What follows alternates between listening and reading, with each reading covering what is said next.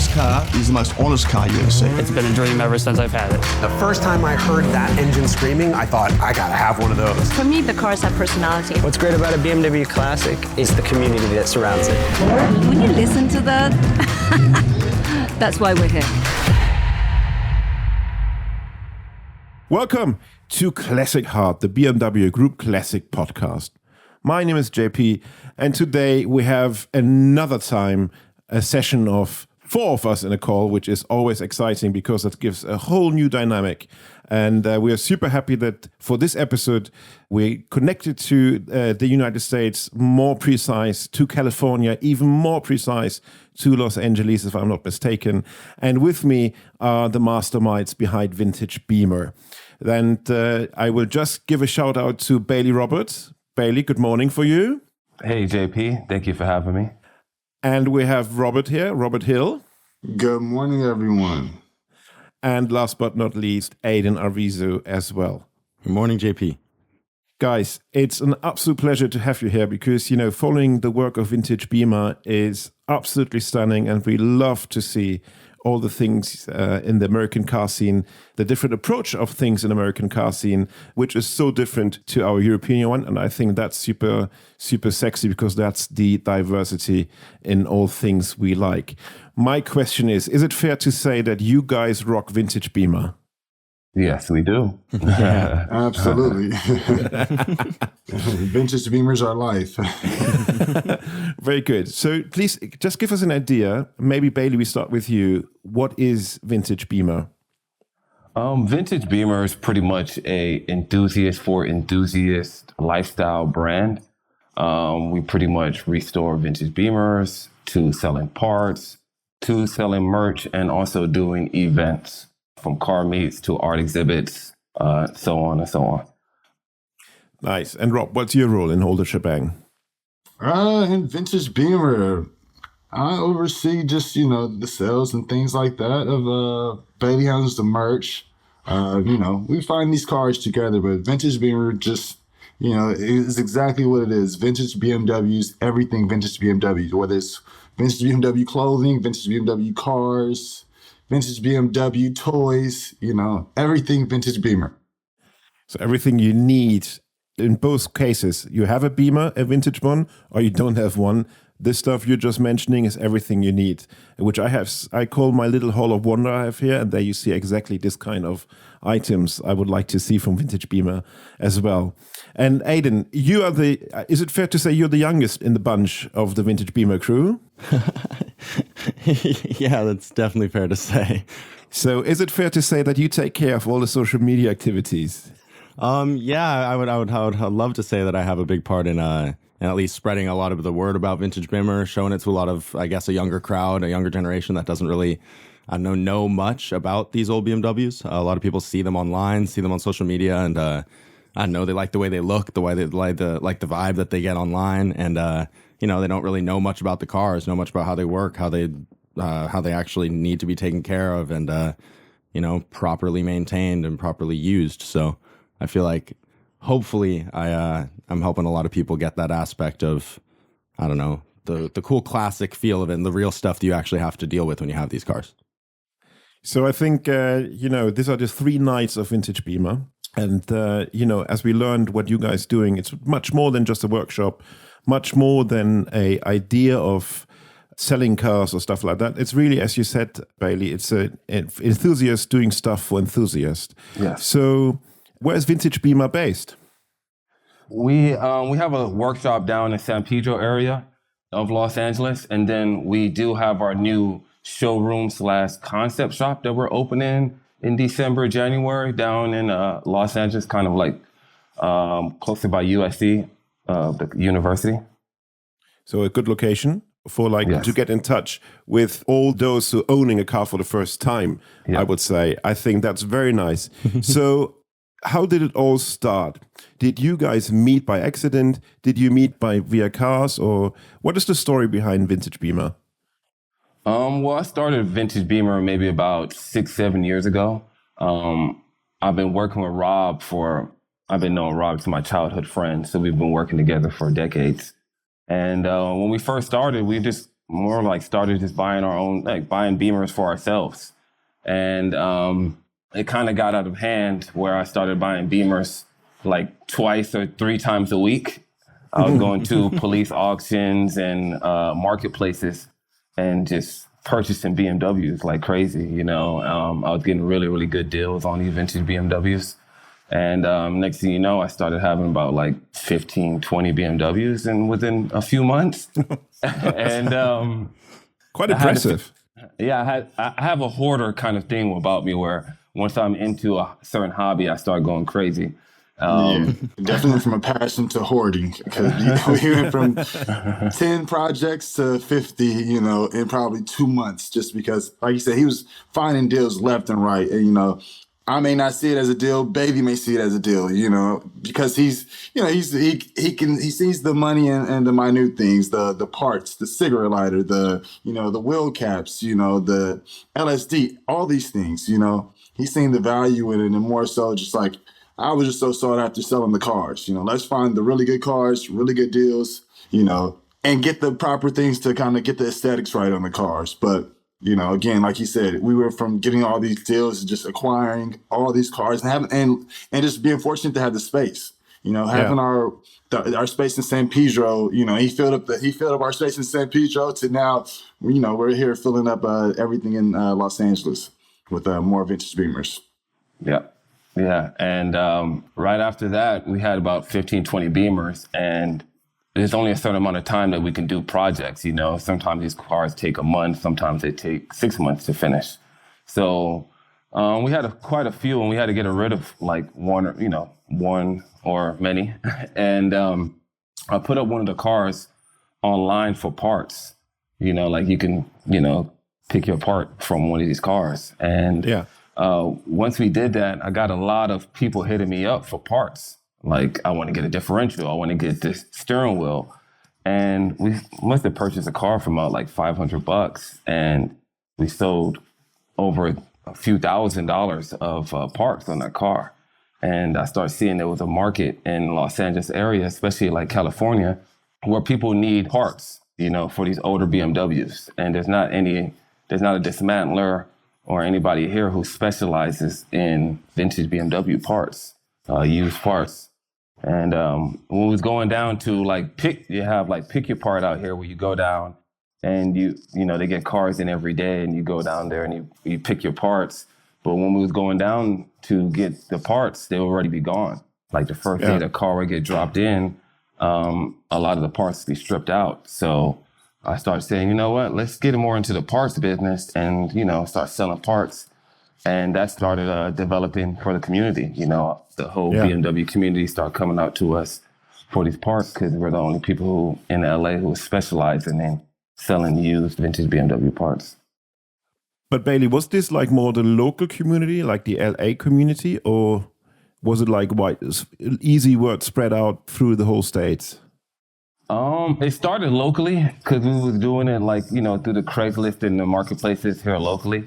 And then one of our customers said, hey, you should go in the Facebook group and the Bimmer forums and post on there.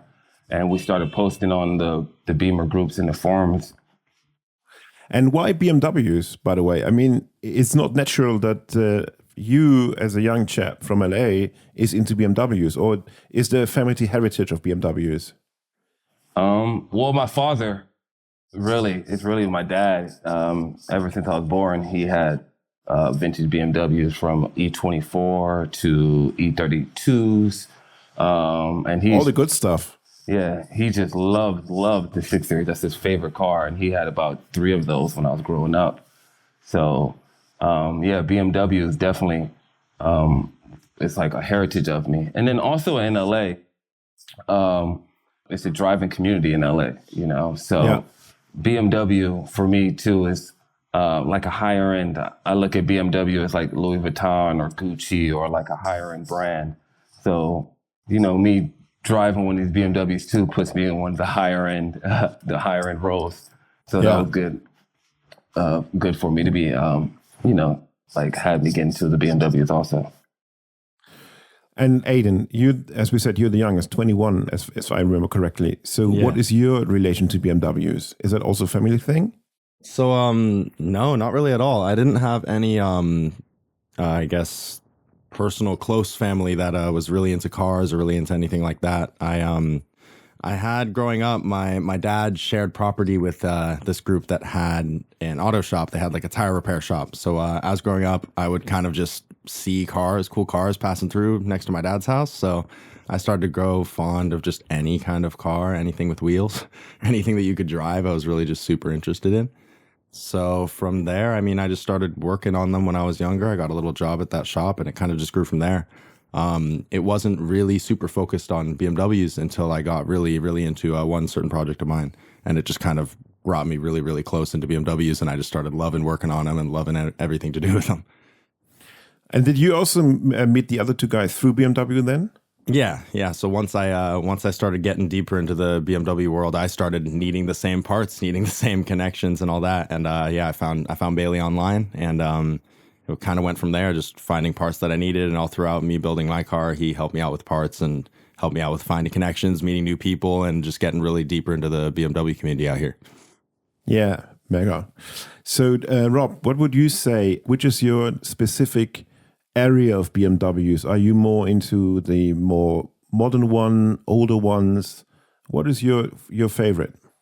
Well, classics, of course. You know, the vintage Beamers, again, that is my favorite. But more so, I've always fell in love with just the lines of like the 80s, the late 80s, early 90s Beamers. So, of course, the E30s, you know, E28s, E24s, you know, things like that. I just love that period of just that line that goes from the front to the back, those boxy, you know, fenders. I've always loved that. I always enjoyed that about BMW. So that's more so what just captivated me. Just cars of that era in general, 80s, 90s cars that more so had that boxy aesthetic. You know, I really love that. And just, you know, of course, being in BMWs, not too many car companies have, you know, really good rear-wheel drive manual transmission cars. You know, and that's more so how I, you know, indulged deep into BMWs. Was like, you know, you wanted kind of like a cool, fast car, you know, at the time that was inexpensive, you know, and again, you had, like Bailey said, you have that high-end luxury feel, you know, when you get into a vintage Beamer, you know, from the sports seats, everything was leather.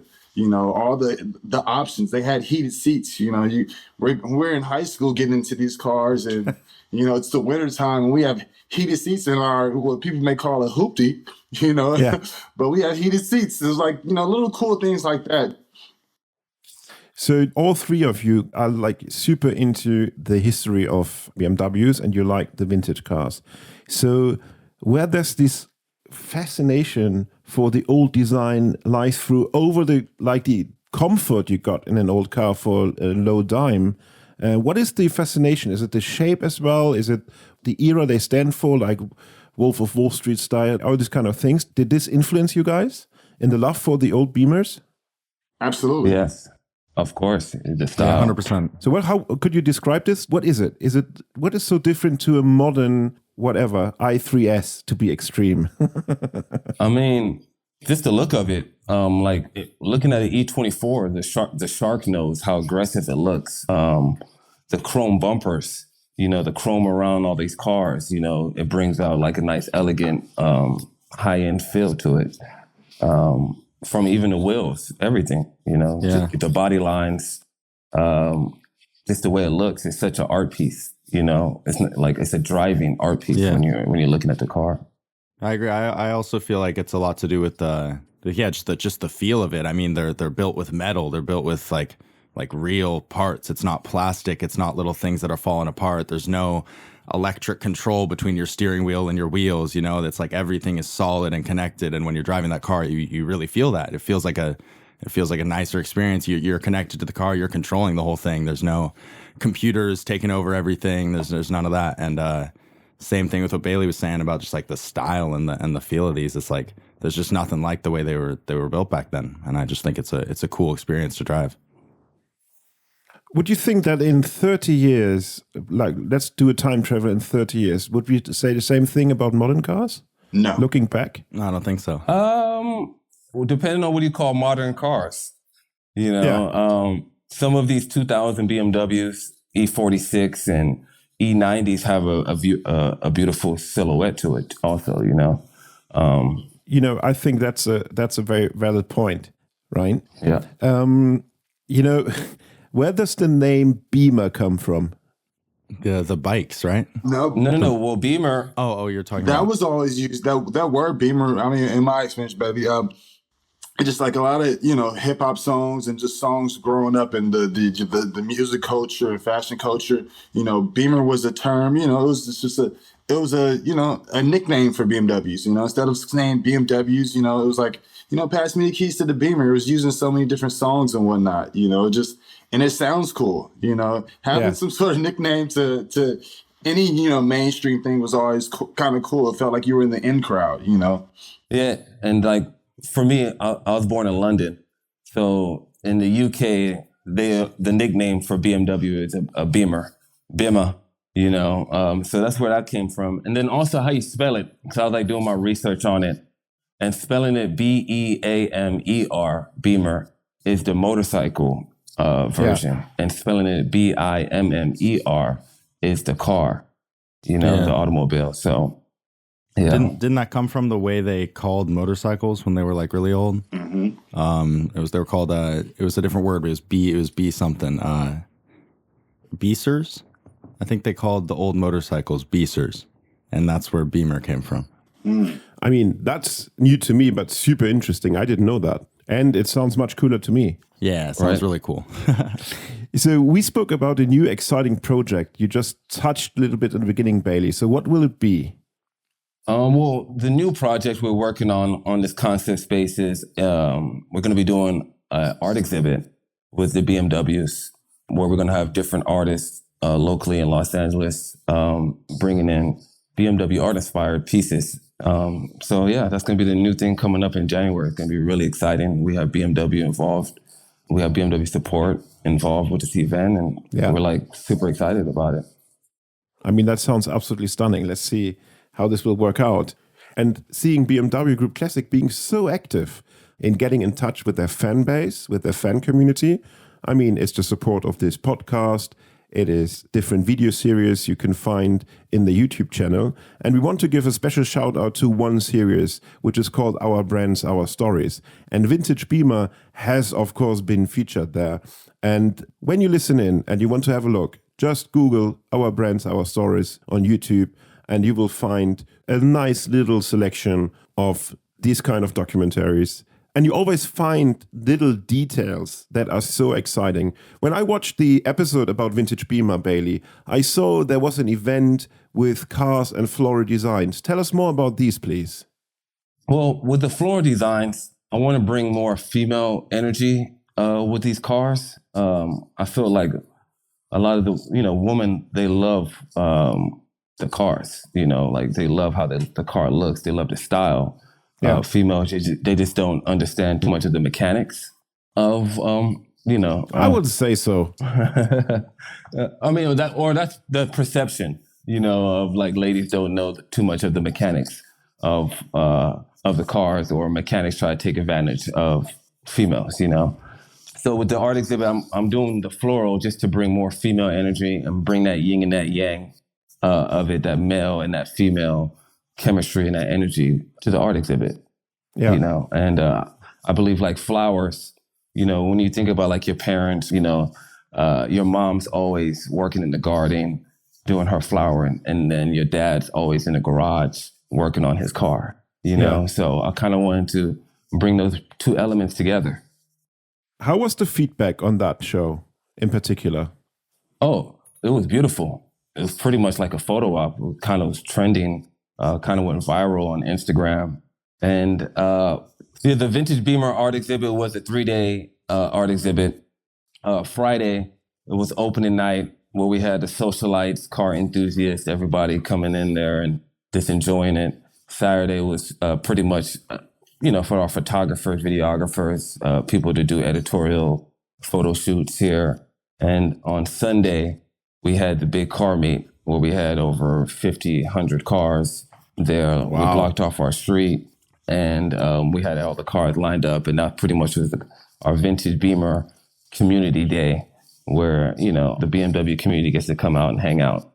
And we kind of did it a little bit different, you know, because we go to the car meets and, you know, there's no music, there's no food, you know.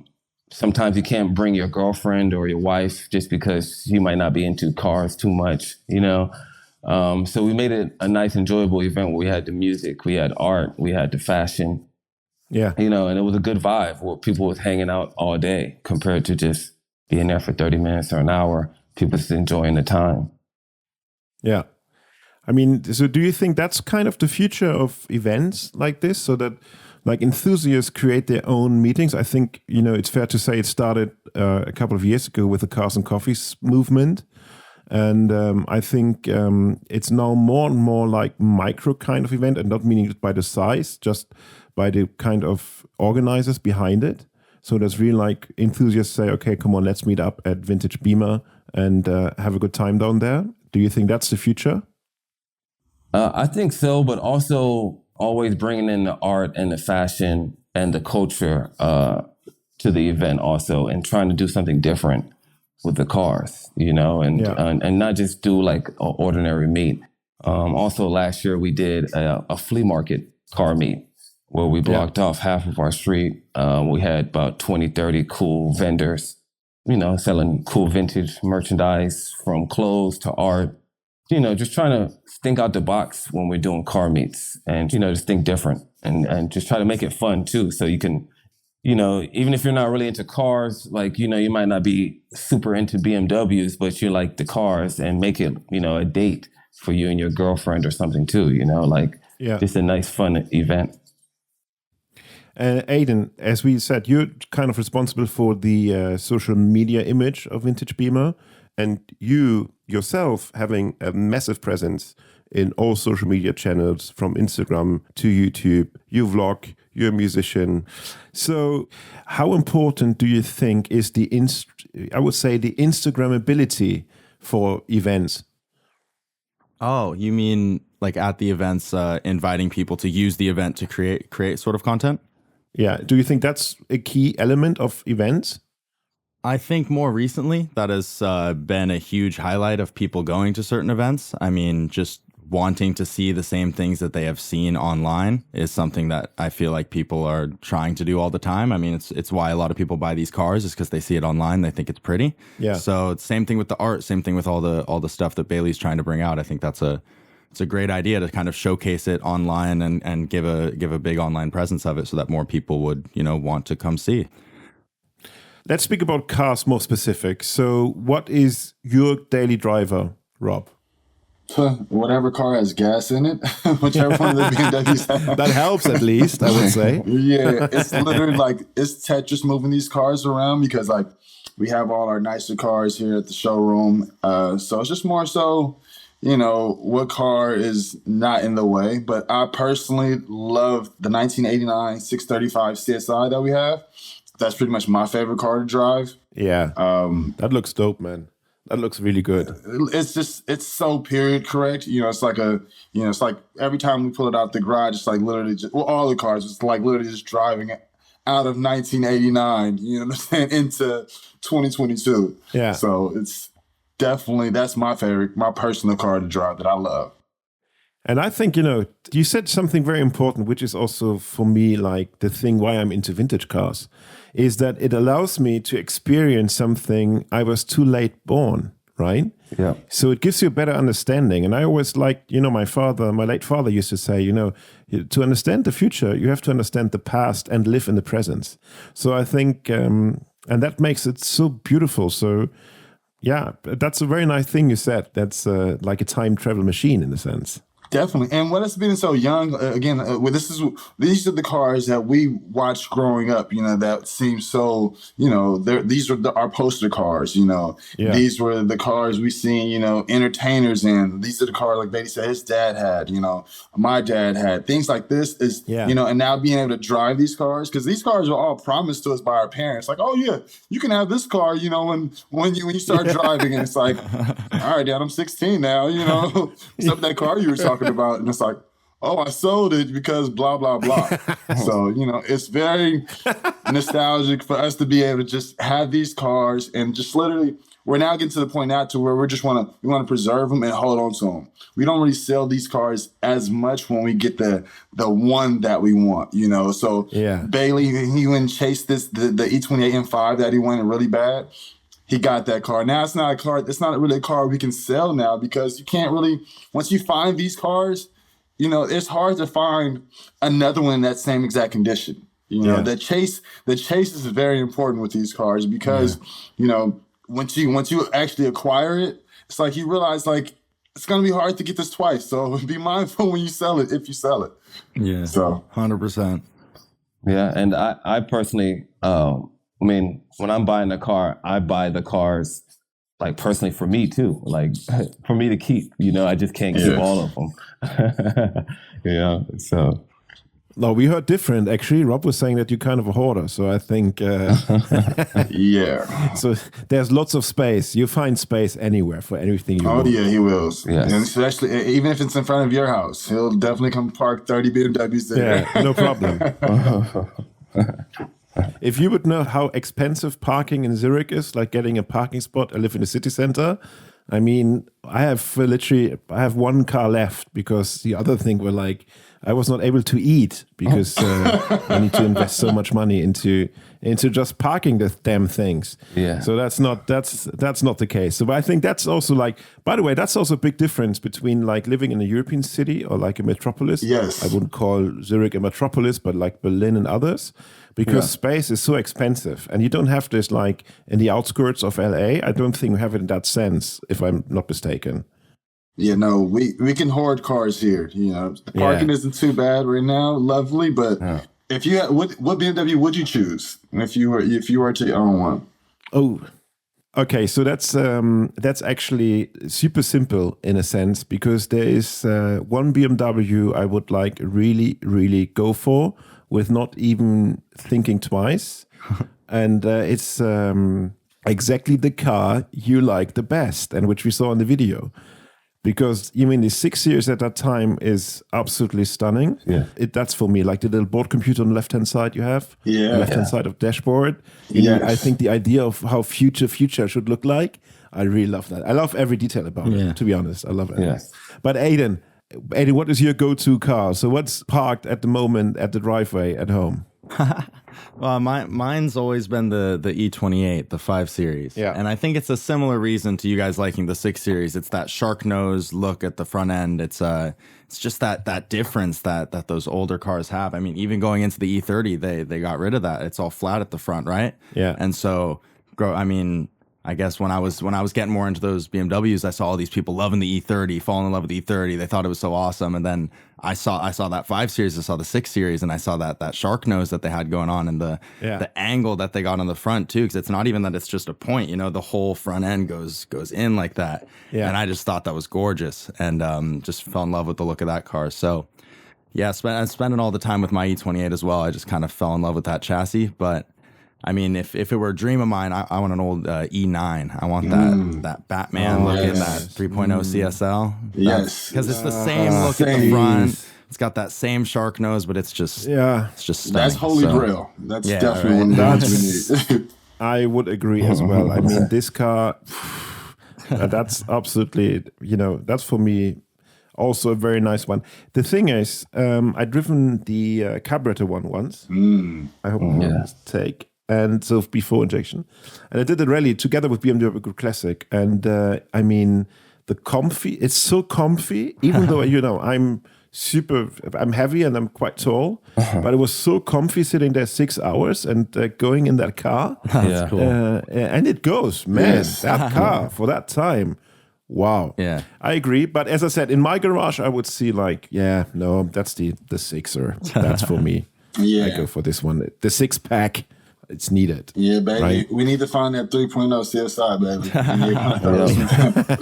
That's next. You can be sure that you cannot avoid it. I will stop by and getting on your nerves when I'm next time in LA. That's for sure. Come by, man. We got cars for you to drive, man. Come by, pick up the keys, and have a bring blast. also the petrol with me. Please. You'll save money. You'll save money doing that for sure. Might be cheaper to ship it. Yeah. No, absolutely. So, but speaking about American specifications, so I find it quite odd, like in terms of, in the times when the German cars or European cars got imported to the US with all the safety features, like the extra long wide bumpers, extra indicators on the other side. So I remember when I first saw what was it? I think it was the 3 Series. I said, "What's going on? What did you do? So why did you have this massive thing in front of your car? Bumpers, yeah. Yeah, can you not tooth. drive? What's wrong?" So would it be okay to ask the question, do you like more the sheer European version? Or would you say, no, it has also its charm, like the modifications due to safety specs in the US? I like both. I like the US bumpers with the spoilers on it. With the like the 535 IS, the 635 CSI when it has the front spoiler. But also I like the Euro bumpers too, with like aftermarket kits, like the BBS kits and the hard key kits. And those, the kits on there to make the car look a little bit more aggressive. I like that also, so I'm both, I'm 50-50. Yeah. I feel like with the 5-seat, the E28 and the E24s, as long as that nose looks aggressive, with that front spoiler, then I'm all for it. It could be US style or European front bumpers. I'm for it.